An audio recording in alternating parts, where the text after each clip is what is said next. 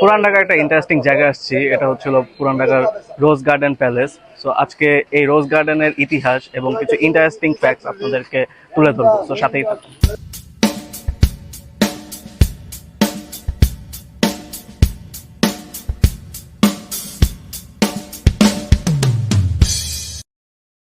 Ticket দিন তো একটা। ঊনবিংশ শতাব্দীর শেষের দিকে তৎকালীন জমিদার ঋষিকেশ দাস এই প্যালেসটি নির্মাণ করেন। ঋষিকেশ দাস ছিলেন ব্রিটিশ আমলের নব্য ধনী ব্যবসায়ী, তবে সাধারণ পরিবার থেকে উঠে আসায় ঢাকার খানদানি পরিবারগুলো তেমন পাত্তা দিত না ঋষিকেশ দাসকে। কথিত আছে যে একবার তিনি জমিদার নরেন্দ্র নারায়ণ রায় চৌধুরীর বাগানবাড়ি বলদা গার্ডেনের এক জলসায় গিয়ে অপমানিত হয়ে ফিরে আসতে বাধ্য হয়েছিলেন।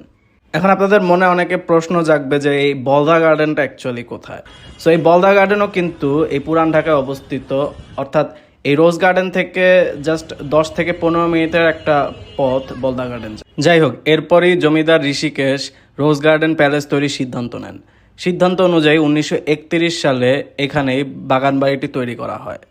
ভবনটি সজ্জিতকরণের কাজ সমাপ্ত হওয়ার আগেই ব্যবসায়ী ঋষিকেশ দাস আর্থিকভাবে দেউলিয়া হয়ে যান।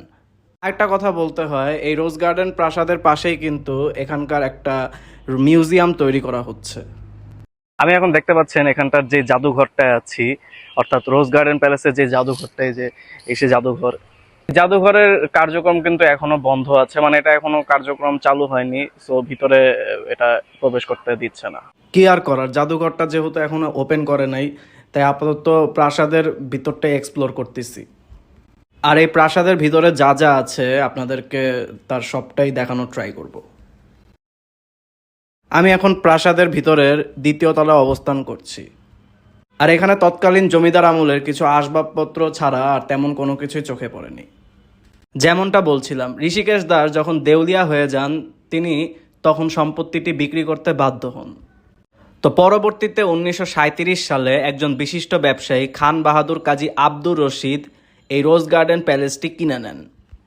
তিনি ভবনটির নাম পরিবর্তন করে রশিদ মঞ্জিল রাখেন।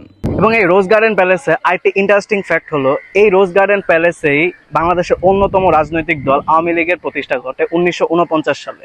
1949 সালের 23 জুন মনোরম বাগানবাড়ি এই রোজ গার্ডেনে পূর্ব বাংলার বিভিন্ন প্রান্ত থেকে প্রগতিশীল, উদারপন্থী ও সমাজতান্ত্রিক রাজনৈতিক কর্মীরা একত্রিত হন।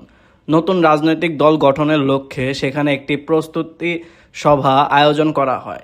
এই সভায় সভাপতিত্ব করেন প্রবীণ নেতা মৌলানা আব্দুল হামিদ খান ভাসানী। এই জায়গাটি পরিচিতি পাওয়ার ক্ষেত্রে আরেকটি গুরুত্বপূর্ণ অবদান রেখেছিল। 1970 থেকে নাটক ও টেলিফিল্ম শুটিং স্পট হিসেবে এই রোজ গার্ডেন ব্যবহৃত হয়ে এসেছে।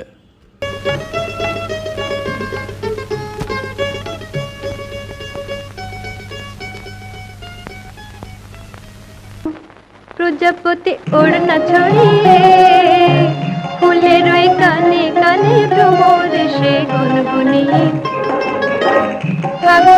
আবির ছাড়ালো কেন। শেষমেশ 2018 সালে বাংলাদেশ সরকার প্রায় 331 কোটি টাকার বিনিময়ে এই প্যালেসটি কিনে নেয়।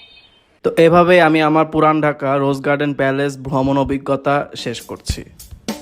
আশা করছি সবাই ভালো থাকবেন, সুস্থ থাকবেন এবং আমার সাথে নিয়মিত সোশ্যাল মিডিয়া কানেক্টেড থাকবেন।